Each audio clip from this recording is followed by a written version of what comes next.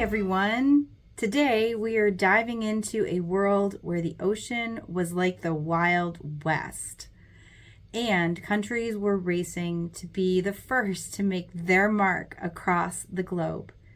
Imagine a time when finding a faster trade route meant fame, power, and massive fortunes, and when one wrong move could mean the end of an empire.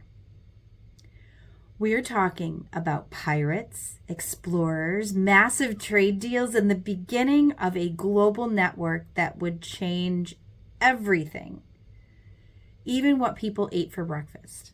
So grab your notebook and get ready to be blown away, and let's explore the high-stakes world of transoceanic interconnections. This is Wendy with AP History Help, and this is the AP History Help podcast, where you will learn everything you need to know about taking AP History classes, from skills to content, from historical thinking skills to themes in history. Whether you are taking or thinking about taking AP World History, AP US History, or AP European History, this podcast is for you. Be sure to check out the episode list and the show notes to find the topics that you need help with. AP History Help is on TikTok, Instagram, and YouTube, where I am happy to answer your questions. This is our 7th episode of this season, where we are covering content back and forth, each episode from AP World to AP US and back. AP Euro kiddos, while your content will come next season, with exception for hurricanes that knocked out power and threw me off my routine, I've been trying to release at least one video each week on Sundays on my social media channels. TikTok, Instagram, YouTube, That is a clip specifically geared to AP European history. And you'll see some interactions in the comments, so essentially proof that I do answer the questions you ask. In addition, you can find the self-paced AP Euro enrichment courses that I offer on OutSchool in the show notes. Okay, now on to today's episode. Today, students, I will be teaching you about Unit 4 of AP World History. I've said this before, but I'm going to keep saying it because the episodes this season are content-based. I would strongly recommend taking notes. There are a lot of ways to do that, but my recommendation is to do so thematically. I want you to focus on social, political, economic, cultural, and technological events and trends. Your best bet would be to have a copy of my Student Success Planner available through Amazon or from me by mail. I'll drop the link in the show notes to my website, which gives you the option to buy it either way. Oh, or you can go to my TikTok shop and buy it there. Find me at AP History Help. But at the very least, listen with a pen and a piece of paper. There will be a lot to learn today. Come in, students. Let's get this episode of AP History Help started. First, get your notes out. Our topic today is transoceanic interconnections. Let's just take a moment to break that down. Break it down for me, fellas. Okay, never mind. The time period is the same as Unit 3, 1450 to 1750. So you already have a pretty good idea of the empires that were forming and growing and establishing control. Well, now we are transoceanic, which means trans, going across the ocean. And oceanic refers to the oceans, well, specifically the Atlantic Ocean. Interconnections. You know what a connection is, but interconnectedness would be, well, just that. We will be answering a handful of essential questions today. First, how did cross-cultural interactions spread technology and facilitate changes in travel and trade? Let me point out the themes and the historical thinking skills here. We have culture, technology, trade, which is the economy, and change. Why do I tell you to take notes thematically? Because this question could easily be an LEQ prompt. To answer this question, let's look at maritime trade, some of the innovations and the long-term results of those. trade had existed across land and water for centuries, but as people became more interested in the Indian Ocean trade, new navigation patterns began to develop. There was a rivalry between the Europeans and the Omani people in the Indian Ocean. Those conflicts encouraged European nations to finance expeditions in search of water routes going east. People like Prince Henry the Navigator encouraged maritime exploration and trade. He paid for expeditions along Africa's Atlantic coast, allowing Portugal to explore further than other European nations. Columbus, quote unquote, discovered the New World on behalf of Spain, which encouraged other European nations to fund water exploration and trade. This new pattern of long-distance trade and colonization led to the rise of the maritime empires based on sea travel and trade rather than purely land expansion. Meanwhile, there were various technologies that were taken or improved from classical Islamic and Asian technology, allowing Europeans to travel longer distances on the ocean than ever before. These are things like the magnetic compass, the astrolabe, the caravel, the lateen sail, and other ships, plus Isaac Newton's ideas of gravity increased knowledge of the tides, while astronomical charts mapped the stars and galaxies for better navigation. The long-term result of combining navigational techniques invented in Europe with those from other areas of the world was a rapid expansion of exploration and global trade. The introduction of gunpowder aided Europe in these expansions. Interactions among various cultures inside and outside of Africa brought extensive trade and new technology to Africa. And the success of European nations encouraged places like Russia to consolidate and grow its military. The next question is, what were the causes and effects of the state-sponsored expansion of maritime exploration? So we're bringing together politics and economics and looking at the historical thinking skill causation. With the discovery of gold and silver in faraway places, the economic policy of mercantilism, which I mentioned last episode, drove Europeans deeper into the global exploration game. No nation supported exploration as heavily as Portugal. 3 people led the way. Prince Henry the Navigator was the first European monarch to finance sea travel in search of an all-water route to the east. Bartholomew Diaz was the first to sail around the tip of Africa. And Vasco da Gama sailed further east than Diaz, all the way to India. By the way, I teach my students the difference between those last two is that da Gama went the furthest.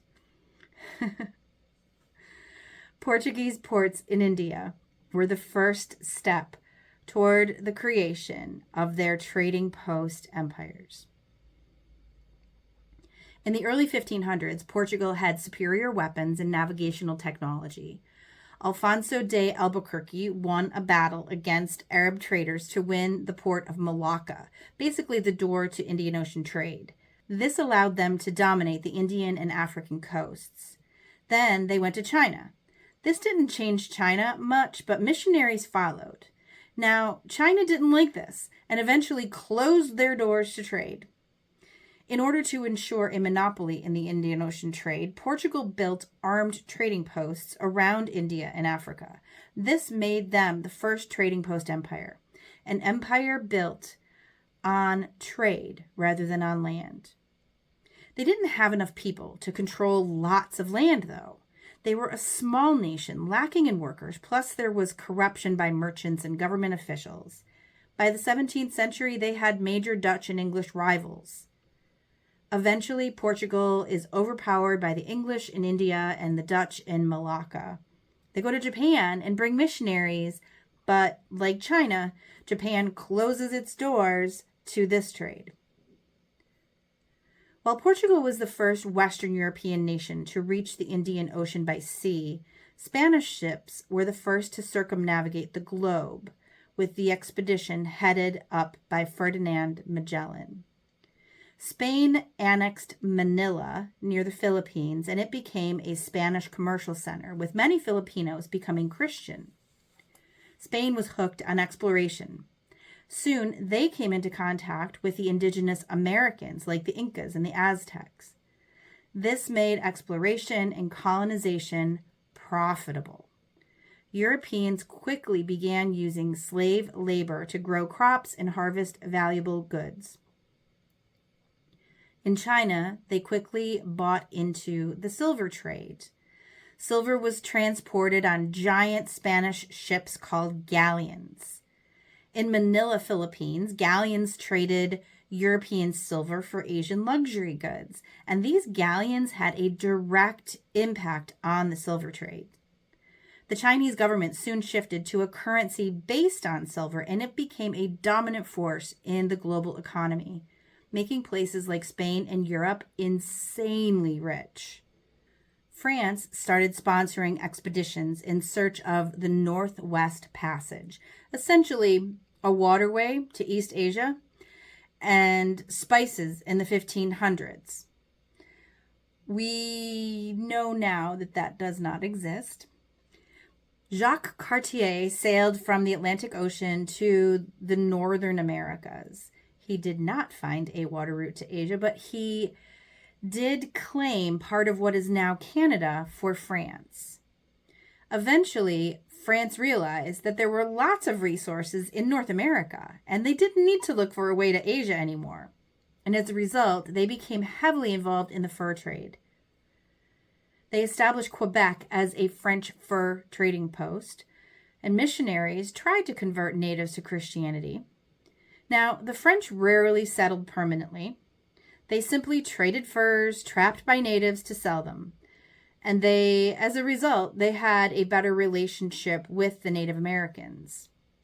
Since they were more about trade and not about settling, French settlements grew more slowly than their British counterparts. Speaking of whom, England also began searching for a Northwest Passage with explorer John Cabot. He claimed lands in the New World, but England was unable to defend themselves against the strong Spanish Armada until, shockingly, England defeated them in 1588. This established England as the dominant naval force in the world. Jamestown was the first English settlement in 1607. It was technically settled first by joint stock companies and later by those seeking religious freedoms. The Dutch, they played a much smaller but still important role. They too were searching for that elusive Northwest Passage. They sent Henry Hudson to the east coast of North America. He didn't find it, but he did sail up the Hudson River, as it is now known.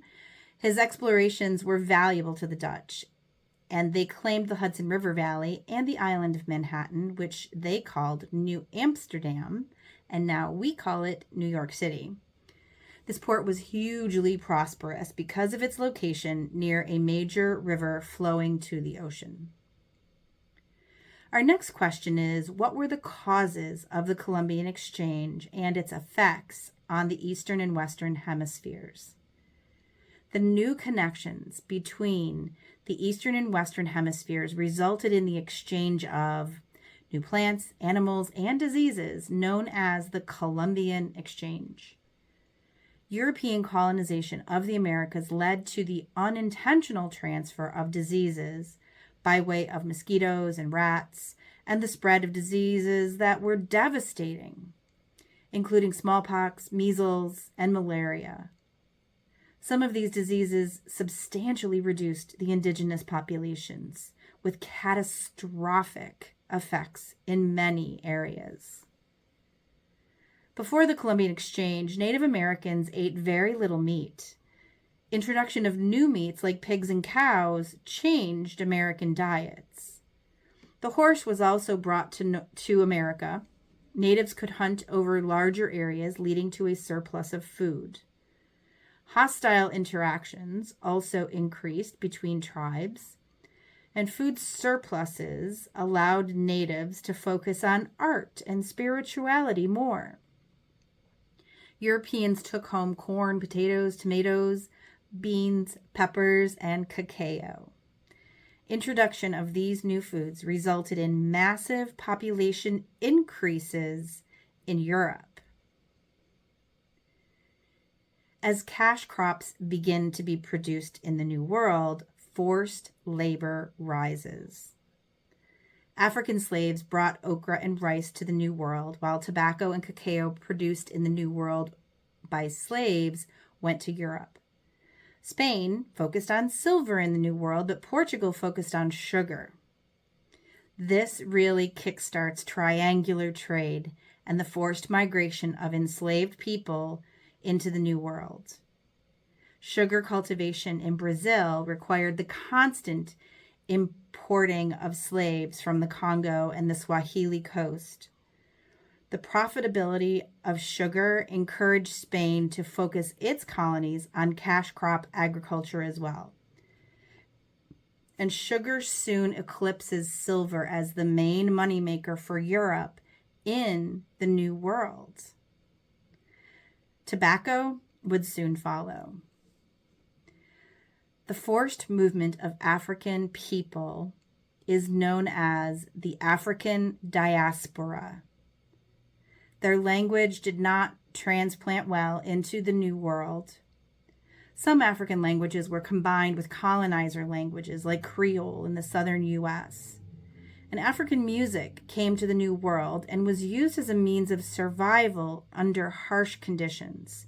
It kept spirits up and helped enslaved Africans to communicate. Next question. How were the empires of European states established between 1450 to 1750, and what economic and labor systems fueled them? Empires equals political.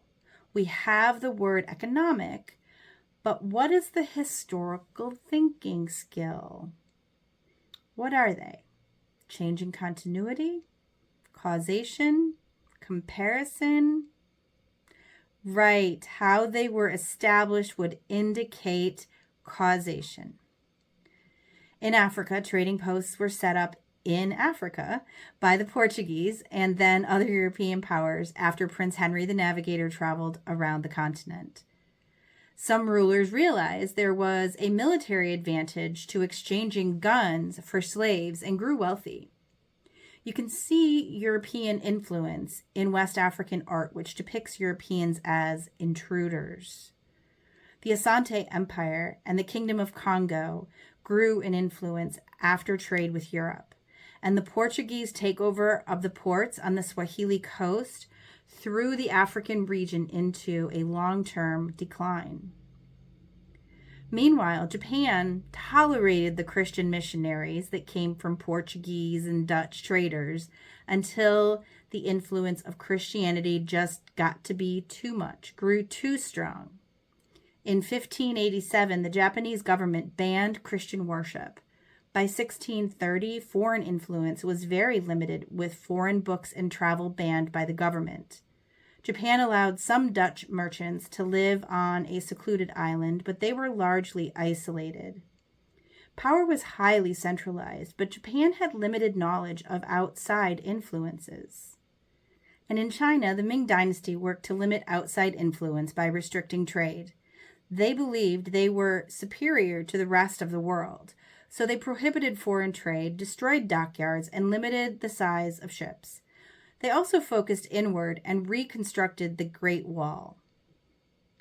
The growth of maritime trade resulted in the growth of European rivalries, with many nations fighting for more economic, religious, and political power. India had numerous European powers set up within its borders. The British East India Joint Stock Company traded with the Mughal Empire. They focused originally on trade and gained influence in India and increased political power by making treaties with local rulers. Eventually, Great Britain controlled most of the Indian subcontinent. Portugal controlled a small trading post near Goa before being pushed out by the British in the 20th century, and France controlled Pondicherry, a city in southeast India, until the British victory in the 7 Years' War pushed France out of India in 1763.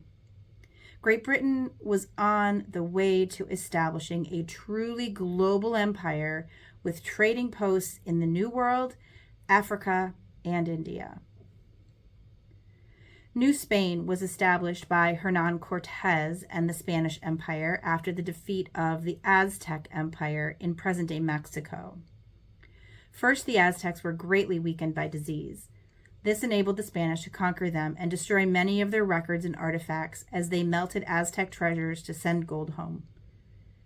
In South America, Francisco Pizarro ransomed the Incan king Atahualpa for Incan gold, but killed him after payment was received. The Spanish had overthrown the Inca by 1572. There were tensions between Spain and Portugal in the New World. It would result in the division of the Americas in the Treaty of Tordesillas in 1494. The line went through South America, giving most of the land to Spain, while Portugal got the east, mostly Brazil. Silver mining in Mexico and Peru flourished, but they needed labor. Indigenous people were dying from disease, and many refused to do the toughest work. Spain reimagined the Incan Mita system, where all young men were required to work a certain amount of time in the silver mines. The Spanish version was that all the villages had to send a certain amount of workers to the silver mine. The Spanish Empire used the wealth from silver to build up its military, but eventually inflation from silver negatively impacted their economy.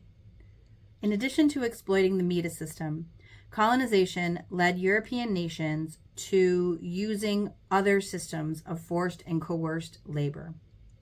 Hacienda was when indigenous people were forced to work agricultural farms in the New World to grow wheat, fruit, vegetables, sugar. The encomienda was where landowners encouraged, or more like coerced, indigenous people to work for them in exchange for shelter. These new labor systems would mean an entirely new social hierarchy. In addition to exploiting indigenous people, slaves were taken from Africa. Indigenous peoples in the New World could too easily escape and were dying too quickly. Some African kingdoms were involved in the capturing of slaves.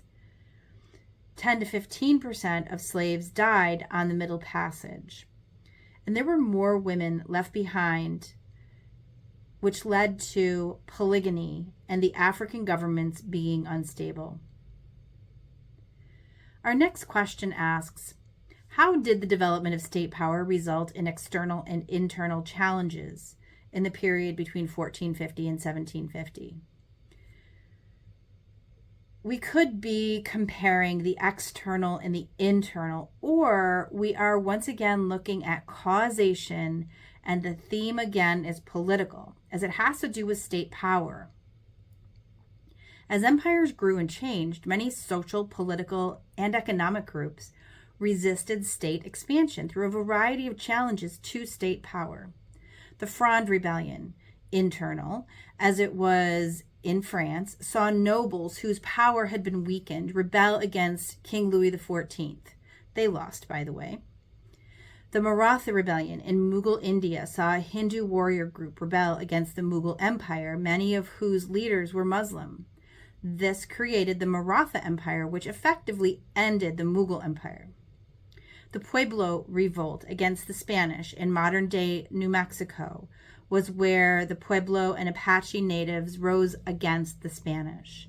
The natives were initially successful, killing 400 Spaniards and pushing them out of the region, but the Spanish conquered the area in 1692. That was considered external, by the way. Also external was the Haitian Revolution, where Haitian slaves revolted successfully against the French Empire. This was the only successful slave revolution and an example of freedom won by force. But wait, I have 3 more. An external example, African ruler Ana Zinga aligned with Portugal to try to protect her kingdom from neighboring kingdoms and the slave trade. The alliance fell apart and Zinga fled west, establishing Matamba. She incited rebellion in Dongo, allied with the Dutch, and freed runaway slaves. She resisted Portuguese rule and ruled for decades. Next, internal. Russian nobles grew powerful after wars weakened the Russian government. They heavily taxed serfs who were tied as slaves to the land and continued the practice long after Europe had ended it. Runaway serfs banded together and became mighty warriors known as Cossacks. They had a tumultuous relationship with the Russian government.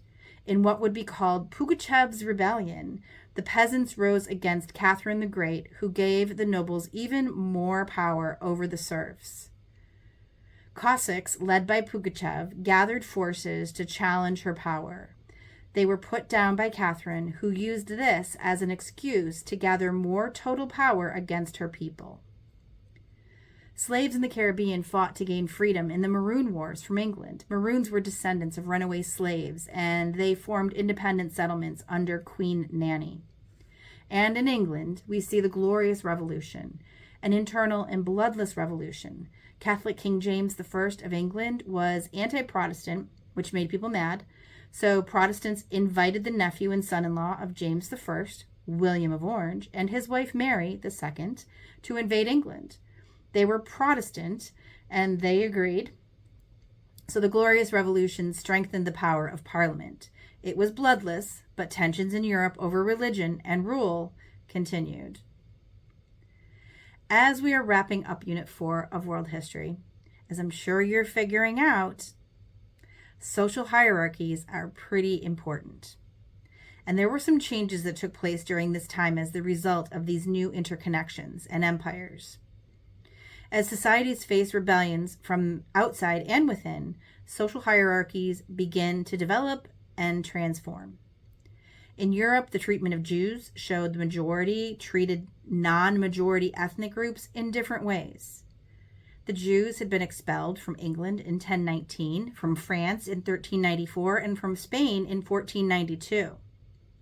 The Ottoman Empire, however, provided a safe haven for Jews fleeing discrimination in Europe. Throughout the world, civilizations developed distinctive social hierarchies. Different groups, including royalty, nobility, landowners, scholars, and soldiers, sought power and influence. In some societies, merchants and artisans began to form a middle class, while peasants, serfs, poor people, and enslaved people often struggled to stay alive. Many states created policies that discriminated against some groups based on religion, ethnicity, or social class. For example, the Huguenots. They were French Protestants in the predominantly Catholic country, and they suffered great persecution. Many fled to other European countries or to colonies, and states also supported the formation of innate classes, including the boyars in Russia and the nobility in Europe. These elites both supported ruling power and challenged it. Social structures in the Americas changed drastically during this period because of the rival Europeans, the importation of African slave labor, and outbreaks of diseases that killed tens of millions. The new social structure was based on race and ancestry. At the top of the social pyramid in Latin America stood the Peninsulares, those who were born on the Iberian Peninsula. That's where Spain and Portugal are. Next, down the pyramid were the Creoles, those whose ancestors were born in the Americas. Below these two groups were the Castas, people of mixed race ancestry. Now, at the top of this group were the mestizos, those of mixed European and indigenous ancestry, followed by mulattoes, those of mixed European and African ancestry, and zambos, those of mixed indigenous and African ancestry. Indigenous people and enslaved Africans made up the bottom of the hierarchy. All right, students, that wraps up our journey through Unit 4 and the era of transoceanic interconnections. We've explored how new technologies and motivations for exploration led to maritime empires and an entirely new era of global trade. We saw the rise of European powers, state-sponsored exploration, and the development of new trading systems, all of which spurred exchanges of people, goods, and ideas that reshaped societies across the Americas, Africa, Europe, and Asia. This era also brought about significant social changes, marked by the impact of the Columbian Exchange, the spread of diseases, forced labor systems, and the creation of complex racial hierarchies in the New World. As we continue our study, keep these transformations in mind, especially how power, wealth, and cultural exchange reshaped societies and laid the groundwork for the interconnected world that we know today. Next episode, which will be released in 2 weeks on November 18th, will be Unit 4 for AP US History, which covers the period from 1800 to 1848, the time between the Revolutionary War and the Civil War, when America was growing into its big boy shoes. Then on December 2nd, look for our next unit of AP World History, Unit 5, moving into our next time period, 1750 to 1900, and we're talking about revolutions, industrial, French, American, and more. If you haven't already done so, go get that student success planner from my website for Amazon or from the TikTok shop. Head on over to my website, aphistoryhelp.com, where you'll see a bunch of ways to contact me. Feel free to do so with any questions you might have. I'm here to help you. And that will do it for this episode. Don't forget to come back to Wendy for AP History Help. And this episode of the AP History Help podcast is now history.